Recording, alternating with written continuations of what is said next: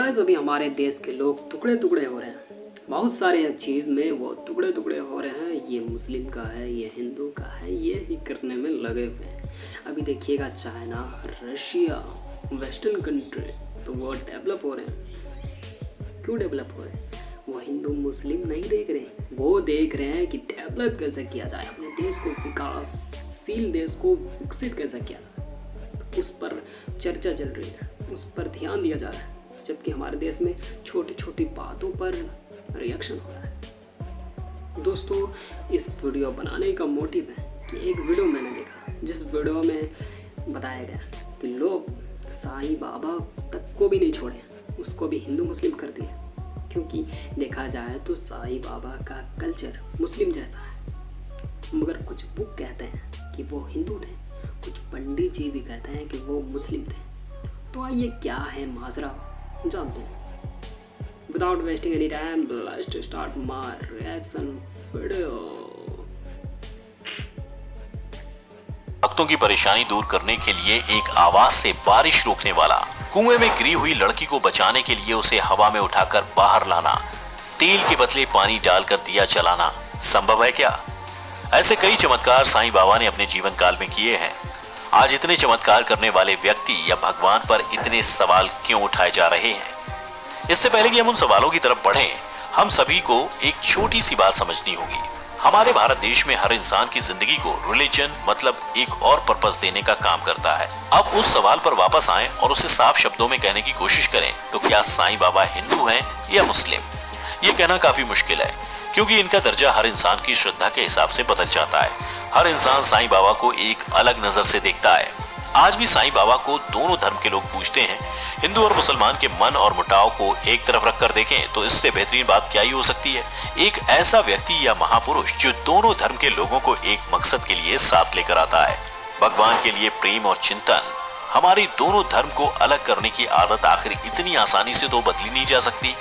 कुछ हिंदू धर्म के लोगों का ये मानना है कि साईं बाबा मुस्लिम फकीर, पाखंडी और एक फ्रॉड इंसान थे। इनमें से एक शंकराचार्य स्वामी स्वरूपानंद हैं, जिनके मुताबिक साईं बाबा मुस्लिम थे और उन्हें एक हिंदू देवता की तरह पूजा जाना गलत होगा। उनके लिए अगर हिंदू धर्म को बचाने के अभियान में उन्हें जेल भी जाना पड़े तो वो उसके लिए भी तैयार हैं। साईं बाबा को एक मुसलमान की तरह क्यों देखा जाता है? सबसे पहले हम इस बात को समझने की कोशिश करते हैं। साईं बाबा की कुछ विशेषता है जिसकी वजह से उन्हें मुसलमान की तरह देखा जाता है। उनमें से एक उनका मुस्लिम टोपी और सूफी कपड़े पहनना, और यही नहीं, उन्होंने अपनी ज्यादातर जिंदगी एक खाली मस्जिद में काटी है। आखिर साईं ने क्यों एक बस्ती की शांति भरी जिंदगी छोड़कर मस्जिद में रहने का फैसला किया? इस बात का जवाब सिर्फ वही जानते हैं। साईं बाबा किस धर्म के हैं, इस बात का पता तो काफी आसानी से लगाया जा सकता है। हम जिस भी घर में जन्म लेते हैं, तकनीकी तौर पर हम उसी धर्म से बिलोंग करते हैं। साईं के लिए भी यही बात लागू होती है। पर साईं बाबा की जिंदगी की शुरुआत एक झूठ की चादर से ढकी है। आज तक ऐसा कोई पुख्ता सबूत नहीं मिला जिससे ये कहा जा सके कि उन्होंने किसी हिंदू के घर जन्म लिया या मुसलमान के। उनकी लिखी हुई किताब सबका मालिक एक, इस्लाम और सूफी धर्म को अपनाता है। साईं का अल्लाह शब्द भगवान या किसी और शब्द को छोड़कर इस्तेमाल करना उन्हें हिंदू से ज्यादा मुसलमान की तरह दिखाता है। साईं की जिंदगी चाहे झूठ और अफवाहों के बादलों से घिरी हो, पर उनके इतिहास के बारे में ऐसी दो किताबें हैं जो हमें उनके इतिहास यानी उनके जन्म और शुरुआती जिंदगी के बारे में कुछ इंसाइट देती हैं। आज तक ऐसी दो ही किताबें लिखी गई हैं जिन पर बाकियों के मुकाबले यकीन किया जा सकता है। और अब जो हम आपको बताने जा रहे हैं, शायद आप वो बातें सुनकर इतने हैरान ना हो। ये दोनों ही किताब हिंदू धर्म को मानने वाले लोगों ने लिखी है। इन किताबों का नाम है श्री साईं सतचरित्र, जो हेमंत पंत ने लिखी है, और लाइफ ऑफ साईं बाबा, जिसे श्री नरसिम्हा ने लिखा है। इस किताब के मुताबिक साईं ने अपने सबसे करीबी भक्त को ये बताया था कि उन्होंने पतरी महाराष्ट्र में एक हिंदू ब्राह्मण परिवार में जन्म लिया था। जैसे ही वो 5 साल के हुए, उनके माता पिता ने साईं को एक मुस्लिम फकीर को सौंप दिया। साईं जब 9 या 10 साल के थे तब उस फकीर की मृत्यु हो गई। फकीर के देहांत के बाद साईं को गोपाल राव देशमुख ने पाला। गोपाल राव त्रिपुरारी वेंकटेश के बहुत बड़े भक्त थे और साईं के सोच और विचार को इस बात ने काफी ज्यादा इन्फ्लुएंस किया। अब वापस उस सवाल पर आ जाएं जहां से हमने ये वीडियो शुरू की थी। तो अब हमारे सामने जितने भी फैक्ट्स आए हैं उसको अब हम सिक्के के दो पहलुओं की तरह देखेंगे और परखेंगे। सबसे पहले अगर हम जितनी भी बातें इन किताबों में लिखी गई हैं उनको सच मानकर परखते हैं तो साईं उस हिसाब से तो हिंदू हैं, भले ही उनकी परवरिश मुस्लिम कल्चर के मुताबिक हुई हो। पर यह बात को हम भूल नहीं सकते कि साईं ने हिंदू परिवार में जन्म लिया था। उनकी परवरिश से हम एक बात तो समझ सकते हैं कि आखिर साईं ने क्यों हिंदू और मुस्लिम धर्म को अपनाया। शायद इसी वजह से उन्होंने उस खाली मस्जिद का नाम द्वारकामई रखा हो। इससे लोगों के दिमाग में बसी एक बड़ी कंफ्यूजन मिट जाती है। और यही नहीं, ऐसा कई बार देखा गया जब साईं ने हिंदू धर्म के बारे में काफी बातें की हैं। साईं बाबा को भगवान का अवतार भी माना गया, जो एक साधु या संत की जिंदगी जीकर लोगों के दुख और दर्द उनसे छीन लेते थे। किताब में लिखी गई और उनके हिंदू धर्म के प्रति जो प्यार था, उसके मुताबिक साईं को हिंदू माना जा सकता है। साईं बाबा की दोपहर की आरती में कुछ लाइन्स हैं जिसमें ये कहा गया है कि in essence there is no difference whatever between Hindu and Muslim.